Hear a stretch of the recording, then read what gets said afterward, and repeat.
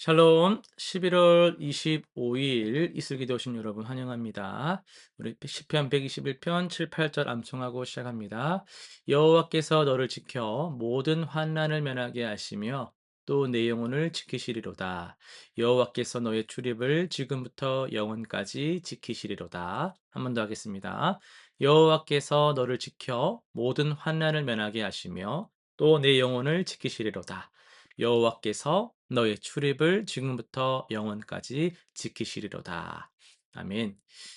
예, 오늘 우리는 역대상 21장 그리고 베드로전서 2장, 요나서 4장, 누가복음 9장의 말씀을 실수라는 주제의 단어를 통해서 함께 살펴보겠습니다.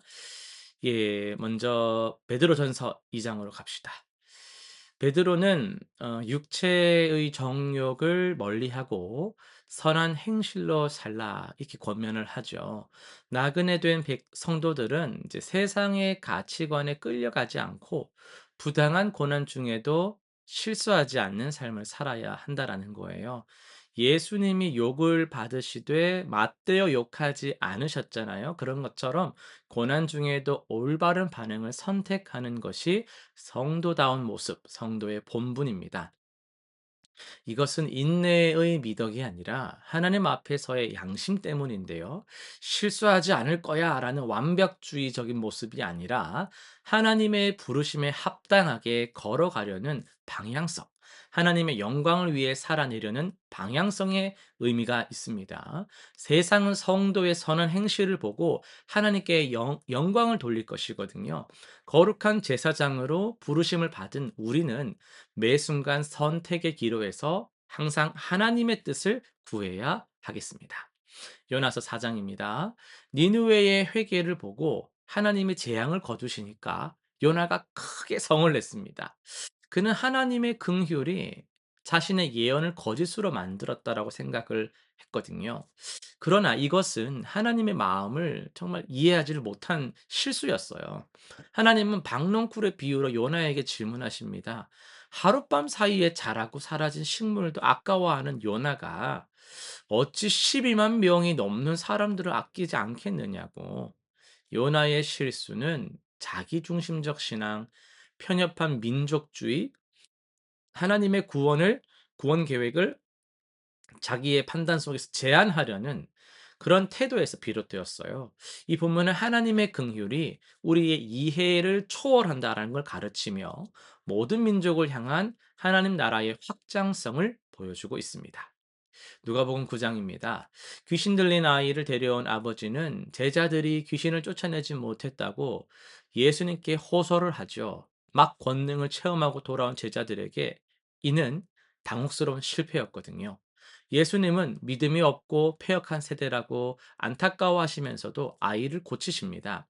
제자들의 실수는 권능의 근원을 잊고 자신들의 능력, 이전처럼 될 거야. 이런 그런 착각한 데 있었어요.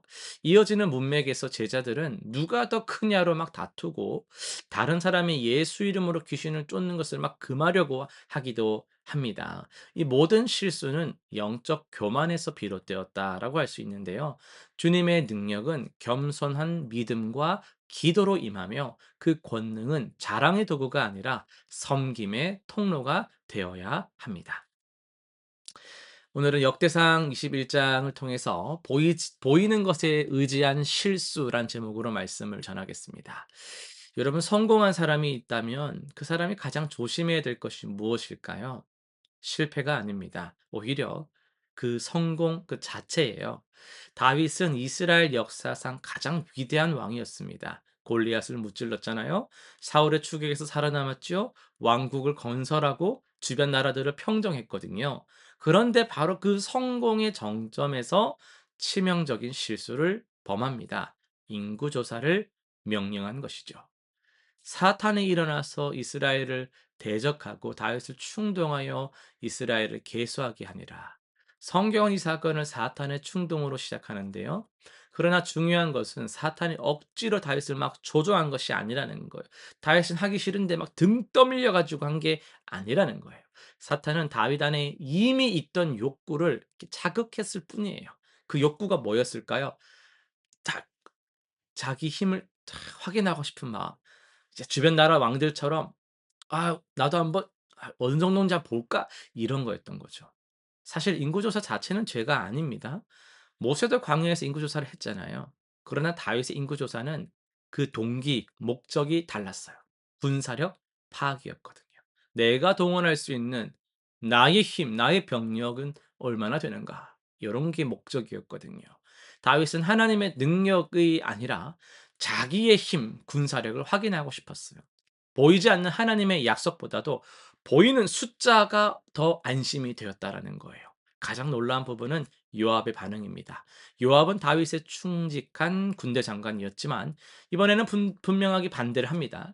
여호와께서 그의 백성을 지금보다 100배나 더하시기를 원하나이다. 내 주 왕이여, 이 백성이 다 내 주의 종이 아니니까 내 주께서 어찌하여 이런 일을 명령하십니까? 어찌하여 이스라엘의 죄가 되게 하시나이까? 전쟁을 일삼던 군인이 지금 영적 분별력을 보인 것이죠. 그러나 다윗은 듣질 않았습니다. 왕의 명령이 요압을 재촉함에 요압이 떠나서 이스라엘 땅에 두루 다니고 예루살렘으로 돌아왔더라. 결과는 어땠어요? 참혹했죠. 하나님의 진노가 임했고 칼로 죽을지 기근으로 죽을지 전염병으로 죽을지 선택해야 되는 무서운 심판의 상황이 주어졌습니다. 다윗은 사람의 손에 빠지기보다 여호와의 손에 빠지기를 원하나이다 라면서 그의 긍휼이 심히 크심이니이다라고 답했어요. 결국 전염병으로 7만 명이 죽습니다. 한 사람의 실수가 7만 명의 목숨을 앗아간 것이죠. 우린 여기서 리더의 실수가 얼마나 큰 파장을 일으키는지를 배우게 됩니다. 가정의 리더, 교회의 리더, 사회의 리더. 위치가 높을수록 실수의 대가는 더 크죠. 다윗 혼자만 벌받은 것이 아니라 백성 전체가 고통받았습니다. 이것은 리더십의 무게라고 할 수 있어요. 리더는 자신의 결정이 다른 사람에게 미칠 영향을 항상 생각해야만 합니다. 그러나 더 본질적인 질문은 이것인데요.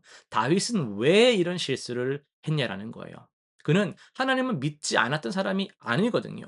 골리앗 앞에서 전쟁은 여호와께 속한 것이라고 막 선포했던 그런 사람이란 말이에요. 그런데 이제는 숫자가 필요했습니다. 그럼 무슨 말이에요? 시간이 지나면서 다윗의 신앙도 변질되기 시작했다라는 거예요. 처음에는 하나님을 의지했습니다. 성공이 근데 쌓이다 보니까 자기 힘을 의지하기 시작했다라는 거예요. 이것이 바로 우리의 모습입니다. 처음 신앙생활 할 때는 하나님께 전적으로 매달리고 의지하거든요. 모든 것을 막 기도로 뜨겁게 막 한단 말이에요. 그런데 시간이 지나고 문제들이 좀 이제 해결이 되고 안정적으로 되고 경험이 막 쌓이다 보면 어떻게 되는 거예요? '아 뭐 이건 내가 알아서 할 수 있어. 아이고 뭐 굳이 막 그렇게 막 작정하고 기도하지 않고 막 꾸준히 뭐 이렇게 막 살피고 아뢰고 이런 거 없이 뭐 일을 막 시작하고 해치우기 시작하는 거예요. 하나님의 인도를 구하는 시간은 자꾸 줄어들고 내 판단과 결정에 의해서 일이 막 탁탁탁탁 돼 가는 거죠. 보이지 않는 하나님보다 보이는 통장 잔고 '이 정도면 참 복 받았네.' 이러면서 막 보이는 경력 '아 이거 인도하셔서 감사하네.' 하면서 보이는 인맥 이런 거 든든하게 여기면서 하나님을 의지하는 시간들이 대폭 삭감이 되는 거예요. 그러니까 다윗의 실수는 성공 후에 온 거잖아요. 이게 더 위험한 거예요. 실패했을 때는요, 하나님을 찾습니다. 그러나 성공했을 때는요, 안 찾아요. 교만해지거든요. '내 힘과 내 손의 능력으로 이 재물을 얻었다.' 이렇게 착각을 한다라는 거예요. 다윗도 마찬가지였습니다. 수많은 전쟁에서 승리하면서 점점 자신의 군사력에 의지하게 된 것이에요. 그런데 놀라운 것은 다윗의 반응인데요. 심판이 임하니까 그는 즉시 자신의 죄를 인정합니다. 하나님께 죄를 범하였나이다. 이 일을 행함이 심히 어리석었나이다. 이제 간구하옵나니 종의 죄를 사하여 주옵소서. 핑계가 없잖아요. 변명이 없어요. 뭐 사탄이 충동해 가지고 내가 막 이렇게 하지 않았어요. 오직 내가 죄를 범했습니다. 이렇게 고백합니다. 더 나아가 다윗은 백성들이 죽어가는 것을 보며 부르짖습니다. 죄를 범한 자는 나니까 악을 행한 자는 곧 나니까 하면서 막 "이 양의 무리는 무엇을 행했습니까? 주님 청합니다. 주님 막 내 아버지 집을 치시고 나와 내 아버지 집을 치시고 주의 백성에게는 재앙을 내리지 마십시오." 하면서 막 이렇게 한단 말이에요, 여러분. 이것이 진정한 리더의 모습입니다. 자기의 실수와의 결과를 자기가 감당하겠다라는 거예요. 하나님은 다윗의 회개를 받으시고 재앙을 멈추세요. 그리고 한 가지 명령을 내리십니다. "오르난의 타작마당에 가서 여호와를 위하여 제단을 쌓으라." 다윗은 그곳에 제단을 쌓고 번제와 화목제를 드리잖아요. 그 장소가 어디입니까? 훗날 솔로몬이 성전을 건축할 바로 그 자리입니다. 다윗의 실수와 회개가 일어난 곳에 하나님의 성전이 세워진 것이죠. 여러분, 이것이 하나님의 긍휼입니다. 우리의 실수를 단순히 용서하시는 것을 넘어서 그 실수의 자리를 회복과 은혜의 자리로 바꾸시는 분이세요. 다윗은 그날 온전한 값을 지불하고 타작마당을 샀습니다. 내가 값없이는 가지지 아니하리라. 값을 주고 사서 내 하나님 여호와께 번제를 드리리라. 실수의 대가를 제대로 치르겠다는 것이죠.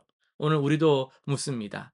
우리는 무엇에 의지하고 있습니까? 하나님입니까? 아니면 보이는 것들입니까? 직장이세요? 학벌입니까? 뭐 재산이요? 건강입니까? 이런 것들이 다 필요한 것들이지만 하나님을 대신할 때는 다윗처럼 실수를 범할 수 있습니다. 진정한 안전은요, 숫자에 있지 않습니다. 하나님과의 관계에 있습니다. 실천사항 세 가지 정리하겠습니다.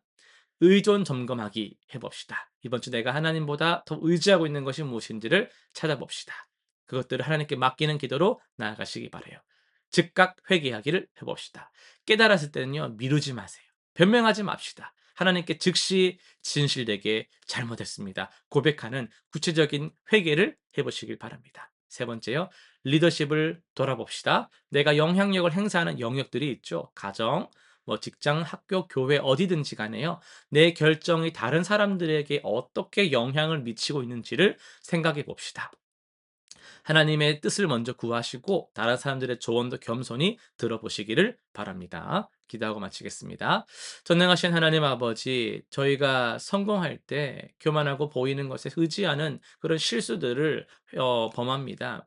다윗처럼 주님을 떠나서 스스로 안전을 좀 찾으려 했던 죄들을 우리가 이 시간 정말 진심으로 회개합니다. 우리의 모든 것이 주의 은혜로 말미암았음을 우리가 늘 기억하게 하시고 언제나 어디서나 하나님만을 드러내는 삶을 살 수 있도록 겸손한 마음을 허락하여 주옵소서. 그리고 실수했을 때는 즉시 돌이킬 수 있는 그런 영적 민감한 은혜를 더해 주셔서 날마다 하나님 앞에 순결한 백성으로 살아가게 하여 주옵소서. 예수님의 이름으로 기도드립니다. 아멘.